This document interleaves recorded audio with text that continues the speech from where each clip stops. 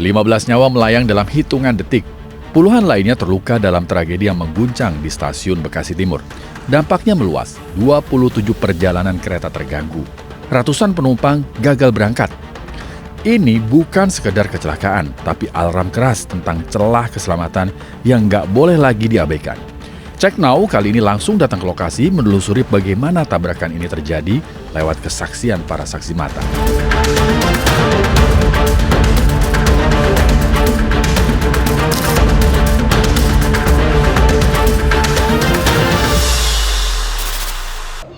Ya Sobat iNews, ini adalah bagaimana proses evakuasi salah satu rangkaian KRL yang rusak parah akibat kecelakaan tadi malam ya yang terjadi di stasiun Bekasi Timur. Rangkaian gerbong wanita di bagian akhir rangkaian KRL.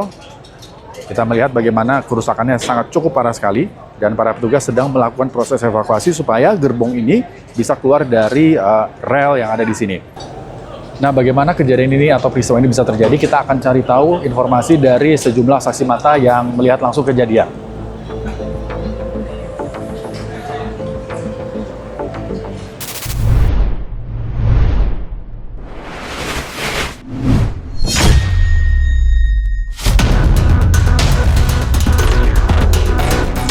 Untuk mendapatkan gambaran yang lebih utuh, tim Cek Now mencoba menelusuri kesaksian warga yang berada di sekitar lokasi saat kejadian. Apa yang mereka lihat dan dengar bisa menjadi potongan penting dalam merangkai kronologi tabrakan ini. Ya, sebelum peristiwa kecelakaan antara kereta api jarak jauh yaitu Argo Bromo Anggrek di stasiun Bekasi Timur dengan KRL komuter lain, sebelumnya sudah terjadi kecelakaan juga, itu tabrakan antara satu rangkaian kereta api komuter lain dengan taksi berwarna hijau di sana. Taksinya di sana. Yuk kita langsung ke sana. Kita cari tahu, kita wawancara dengan beberapa saksi mata yang ada di sana.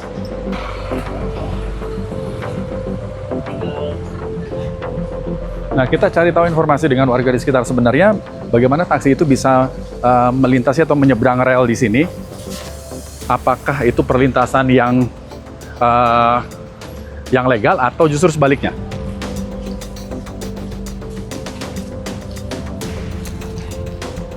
Ini adalah satu unit taksi yang tadi malam kecelakaan di perlintasan ini. Kita mengalami kecelakaan yaitu ditabrak oleh kereta komuter lain dari arah Cikarang menuju Bekasi. Di sini adalah tempat kejadiannya di mana taksinya kemudian ditabrak oleh kereta komuter lain. Kejadiannya sih berawal saya lagi ya di rumah, terus terdengar suara dentuman keras, jur. Saya sampai sini, saya langsung keluar. Tiba-tiba ada KRL yang menuju arah ke Cikarang. Dia berhenti di sana menurunkan penumpang. Selang 1 menit kereta. Oke. Iya. Oh, itu sampai. Berarti taksi yang di situ dia mogok. Mogok. Ada usaha warga untuk dorong nggak, Pak? Ada usaha untuk warga dorong. Oh. Iya, cuman udah nggak bisa. Oh. Dan penjaga palang pintu juga udah sempat mengabaikan ini kasih palang biar berhenti, biar mengurangi kecepatan KRL, cuma nggak bisa. Jadi keseretnya sampai ke sini, Pak? Sampai sini persis. Sampai sini persis? Persis, ya. Oke, berarti ada sekitar 10 meter lebih ya? Iya, 10 meteran lah. Oke, jadi ada usaha warga untuk mendorong taksi yang mogok itu, tapi memang nggak bisa bergerak? Nggak bisa bergerak, iya. Oke. Ini saya mau konfirmasi nih, iya. Pak Ajat. Ini kan perlintasan tanpa palang pintu ya? Iya. Sudah lama nggak ada palang pintunya? Sudah lama emang. Swadaya masyarakat aja sini. Oh, swadaya masyarakat. Iya. Oh, oke. Nah, selain di sini yang tanpa palang pintu lagi di mana? Bulak kapal. Ada juga di sana? Ada juga bulak kapal. Pak, dengan Pak siapa namanya, Pak? Pak Ari. Pak Ari. Jadi kalau perlintasan kereta ini di sini emang perlintasan kereta yang tiap hari dibuka apa gimana? Ya dibuka 24 jam. 24 jam. Ada informasi katanya sebenarnya ini dulu perlintasan yang ditutup terus dibuka sama warga, bener nggak?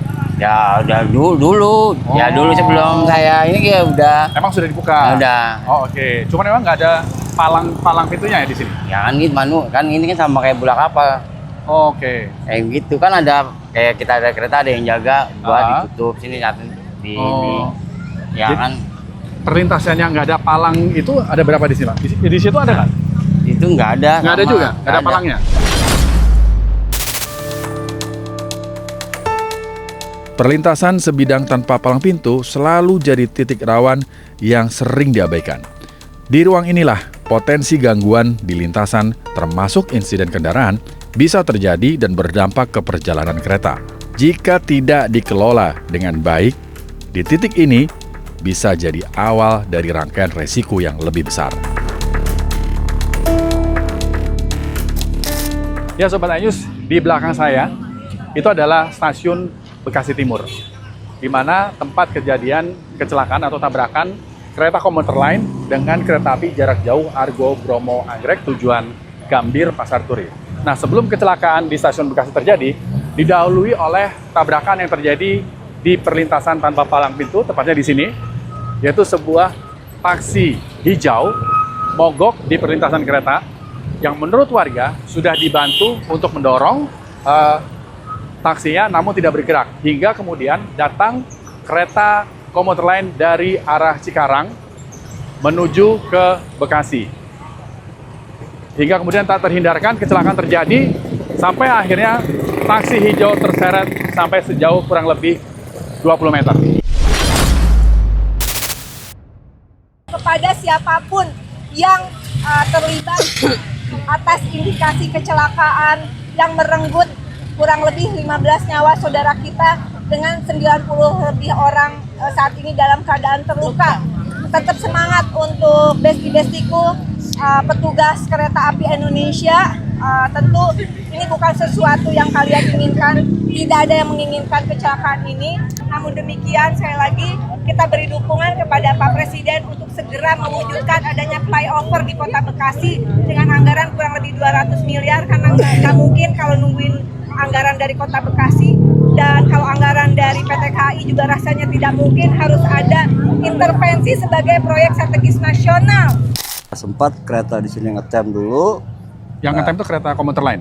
KRL. Oh, oke, KRL. Nah, KRL sempat berhenti.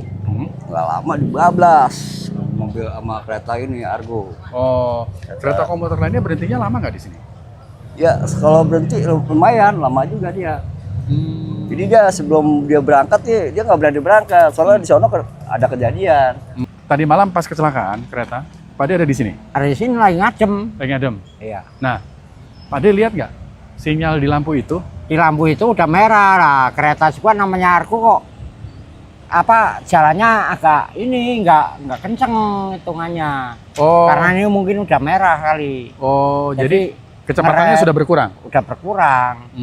Cuman jaraknya ini kan paling 500 meter ke stasiun. Jadi nggak kesampean, kayaknya nggak kena. Jadi Pak De meyakini ya ini lampu sinyalnya udah merah ya? Udah. Kalau yang Pak De tahu biasanya kalau Argo lewat ini kecepatannya tuh sama nggak seperti kecepatannya tadi malam? Enggak. Lebih cepat? Lebih kencang dari iya. tadi malam? Oke. Berarti Argo Anggrek yang lewat ke sini tadi malam itu kecepatannya sudah mengurang. Sudah berkurang? Iya. Oke. Berkurangnya dari sebelah sana sudah berkurang atau mulai berkurang dari sini kecepatannya? Dari sini tuh udah berkurang. Karena ini udah merah. Sebelum kecelakaan udah ditutup ini? Udah ditutup. Ada dua yang ketabrakan. Di sini yang di sono. Yang jalur satu dulu, habis itu kedua kereta Bromo Anggrek ke tempat buak. Kecepatannya dari sono lah. Dari sana kecepatannya kencang nggak? Kencang juga. Kena kereta CL langsung masuk kedorong sama masuk ke gerbong nyampe. Sempat ngelihat ada pengereman nggak Argo Bromo ya? Kagak. Nggak ada pengereman? Nggak ada. Langsung kencang.